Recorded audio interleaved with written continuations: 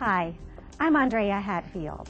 If you're a real estate professional, a home buyer, or seller, radon in indoor air is something you should know about.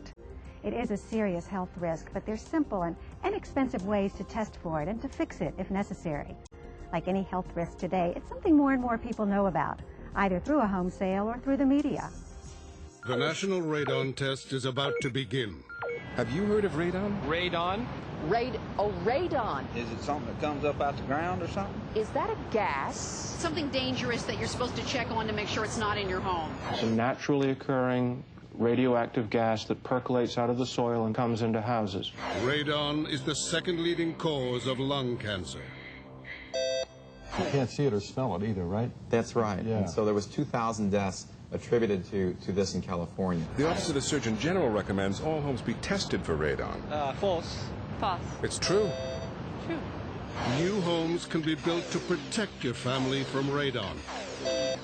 If I don't take care of it, nobody else will. 1-800-SOS-RADON. You see, she's a brighter sister. Yeah, I told you.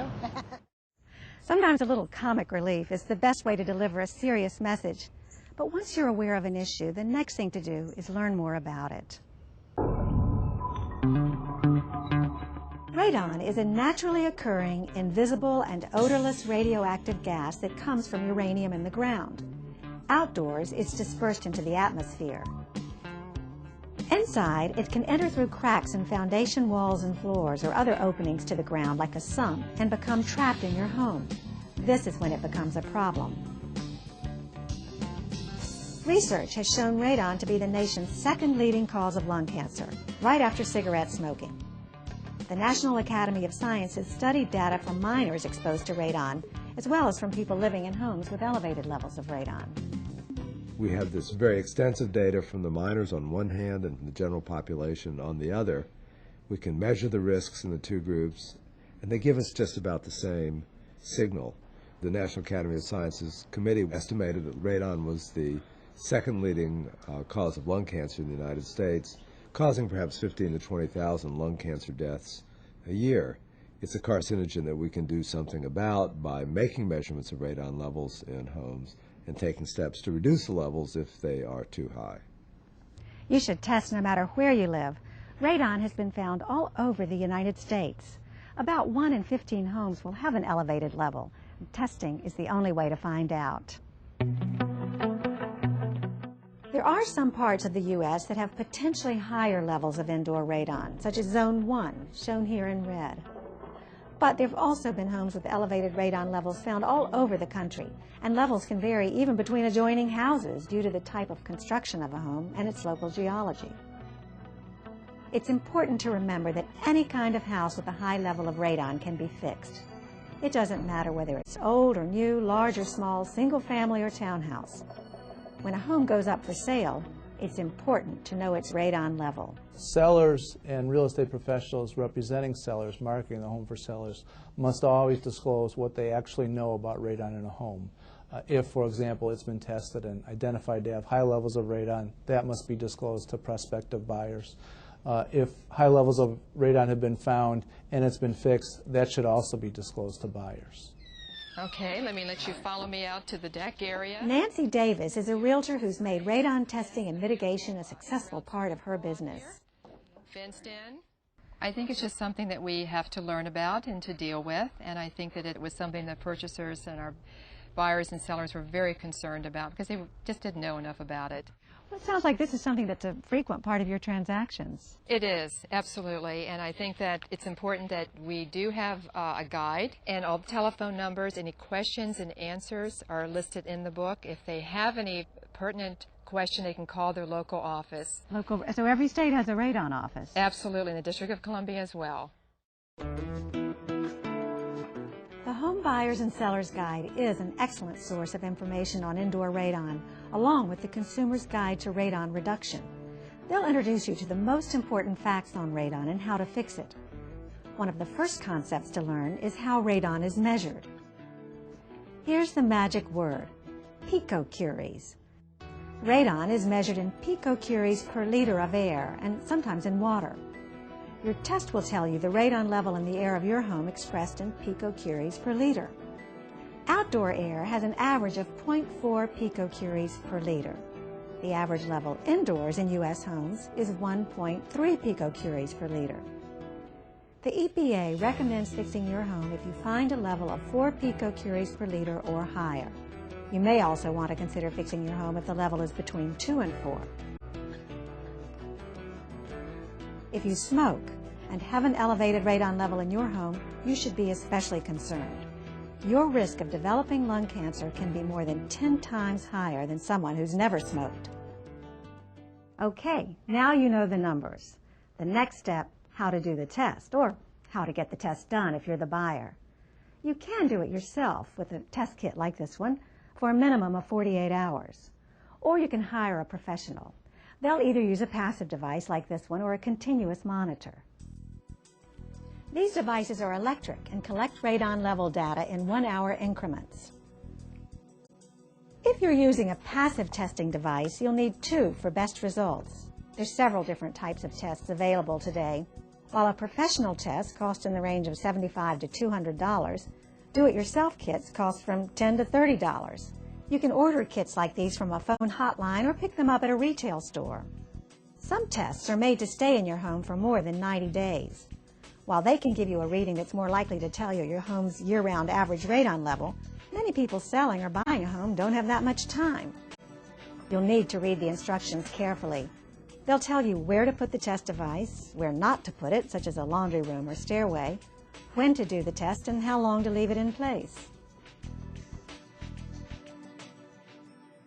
Once you've left the device in place for the specified period of time, you send it to a lab to be analyzed. You'll get the results back in anywhere from a few days to up to 2 weeks. But let's say the seller hasn't tested their home and the buyer makes a test part of the contract offer. Typically then, the test would be done as part of the home inspection, and many home inspectors are also qualified testers. Check with your state radon office to get a list of qualified inspectors in your area. Today we're going to be doing a passive radon test. Bob Graham has been doing radon testing as part of his business for over 10 years. It's become quite typical to do a radon test as part of the sales process today, and generally the buyer negotiates that when he signs the real estate sales contract. The test that I do takes 48 hours in place. It's a short-term passive test, and it costs $140. Home inspectors can also check existing radon mitigation systems to make sure they're working. Graham says he often runs across misconceptions about radon. Radon is an invisible gas, and there's no way to tell whether it has radon without actually testing the house. It has nothing to do with being an old house, a new house, having a basement, not having a basement. You just simply have to test. So whether you're the seller who's done the test yourself or the buyer who's hired a professional, what you end up with is the same: a test report showing the level of radon in your home. Now remember, the EPA strongly recommends fixing if the level is 4 picocuries per liter or higher. So let's say you found an elevated radon level. Now what? Well, basically, we get our estimates. We get the radon experts to come in, and they will give us a range of price, and they'll tell us where they think the equipment should be located and installed.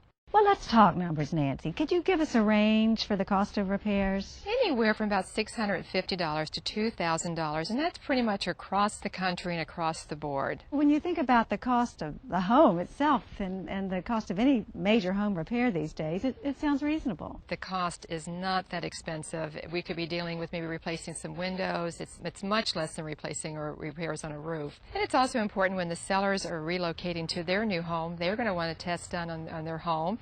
And the buyers are going to want to feel safe and comfortable in the home that they've purchased. Let's say you are fixing an elevated radon level. You can call your state radon office for a list of qualified radon contractors. Then you'll want to check references and get more than one estimate.